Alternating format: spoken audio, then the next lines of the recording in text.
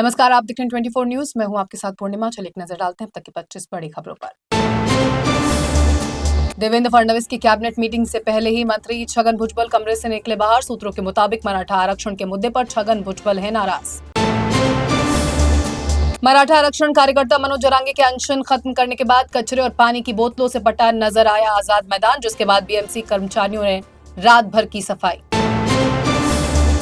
शीना बोरा हत्याकांड में अभियोजन पक्ष को झटका देते हुए मुख्य गवाह विधि मुखर्जी ने अदालत में जांच एजेंसियों के समक्ष कोई बयान दर्ज कराने से किया इनकार। उन्होंने कहा सीबीआई के आरोप पत्र में उनके बयान के रूप में संलग्न दस्तावेज हैं जाली और मनगढ़ंत। पालघर जिले में झगड़े के बाद 22 वर्षीय एक व्यक्ति ने अपनी 17 वर्षीय मंगेतर की गला घोंटकर कर दी हत्या। पुलिस ने शव को कब्जे में लेकर पोस्टमार्टम के लिए भेजा। पुलिस ने आरोपी को किया गिरफ्तार। नागपुर सेंट्रल जेल से अंडरवर्ल्ड डॉन अरुण गवली की हुई रिहाई। हत्या के मामले में सुप्रीम कोर्ट ने गवली की जमानत की मंजूर। अरुण गवली जेल से रिहा होने के बाद पहुंचा नागपुर एयरपोर्ट और यहां से मुंबई के लिए हुआ रवाना। पुणे पिंपरी चिंचवड रिंग रोड परियोजना का 98% भूमि अधिग्रहण हो चुका है पूरा। शेष प्रक्रिया जल्द पूरी होने पर 170 किलोमीटर लंबा ये मार्ग यातायात दबाव करेगा कम और औद्योगिक विकास को देगा नई दिशा। भीमा कोरेगांव हिंसा जांच आयोग ने पूर्व सीएम उद्धव ठाकरे को नोटिस जारी किया है। आयोग ने ठाकरे को दिया आदेश वो पत्र प्रस्तुत करें जो शरद पवार ने जनवरी 2020 में उन्हें सौंपा। ये दस्तावेज आयोग के समक्ष 22 सितंबर तक करना होगा जमा। मराठा आंदोलन के नेता मनोज जरांगे की आरक्षण की मांग को स्वीकार करने के बाद महाराष्ट्र की देवेंद्र फडणवीस सरकार की हुई पहली कैबिनेट मीटिंग। राज्य सरकार के मंत्री गुलाबराव पाटिल ने दी जानकारी। बैठक में उप समिति के गठन को सरकार ने दी मंजूरी। उत्तराखंड में बारिश का कहर अब भी जारी। 79 लोगों की हो चुकी है मौत, जबकि 115 लोग हो चुके हैं घायल। वहीं 90 लोग अब भी हैं लापता। 238 मकान पूरी तरह से हुए क्षतिग्रस्त। कुल 5000 करोड़ का हुआ नुकसान। पंजाब में बारिश के चलते कई इलाकों में भरा पानी। बाढ़ की चपेट में आ गए 23 जिलों के 1400 गांव। इसी के चलते अब स्कूल कॉलेज को बंद रखने का लिया गया फैसला। दिल्ली में यमुना का बढ़ा जलस्तर। खतरे के निशान के ऊपर बह रही यमुना नदी, जिसके चलते कई इलाकों में भर गया पानी। राहत कार्य के लिए एनडीआरएफ की टीम की गई तैनात।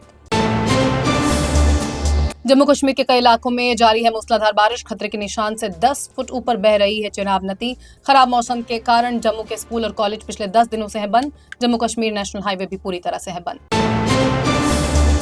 बिहार विधानसभा चुनावों की तैयारियों को लेकर राजनीतिक दल हुए सक्रिय। दिल्ली में गृह मंत्री के आवास पर बीजेपी के प्रमुख नेताओं के साथ हुई बैठक। इसमें सीट शेयरिंग, चुनावी रणनीति और पीएम के बिहार दौरे की तैयारियों की गई समीक्षा।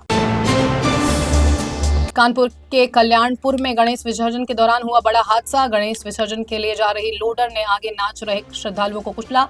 हादसे में एक किन्नर श्रद्धालु की हुई मौत, जबकि 6 किन्नर हुए घायल। मध्य प्रदेश के एमवाई अस्पताल से शर्मनाक घटना आई सामने, जहां एनआईसीयू में भर्ती 2 नवजातों को चूहों ने कुतर दिया, जिससे एक शिशु को हुई मौत। घटना ने अस्पताल प्रशासन की लापरवाही और व्यवस्था पर खड़े किए गंभीर सवाल। राहुल गांधी ने पंजाब, जम्मू कश्मीर, हिमाचल प्रदेश और उत्तराखंड में बाढ़ प्रभावित लोगों के लिए केंद्र सरकार से के विशेष राहत पैकेज जारी करने की मांग। उन्होंने सोशल मीडिया पर इस मामले में एक पोस्ट और वीडियो भी किया गया साझा।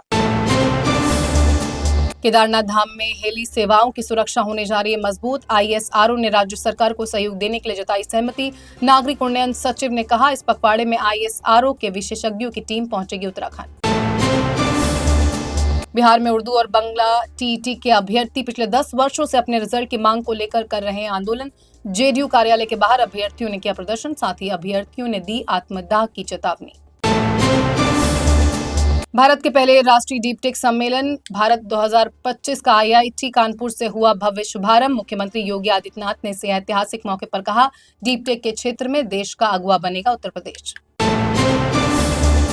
छत्तीसगढ़ के सुकमा जिले में नक्सलियों ने किया आत्मसमर्पण। सरेंडर करने वालों में 9 महिला और 11 पुरुष नक्सली हैं शामिल। इन पर सभी पर सरकार द्वारा कुल 33 लाख का रखा गया था इनाम।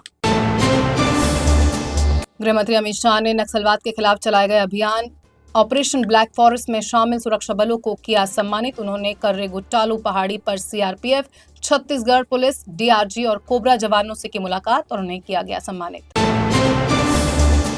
हरियाणा एसटीएफ ने बड़ी सफलता की हासिल। मोस्ट वांटेड गैंगस्टर मैनपाल बादली को कंबोडिया से भारत लाकर किया गया गिरफ्तार।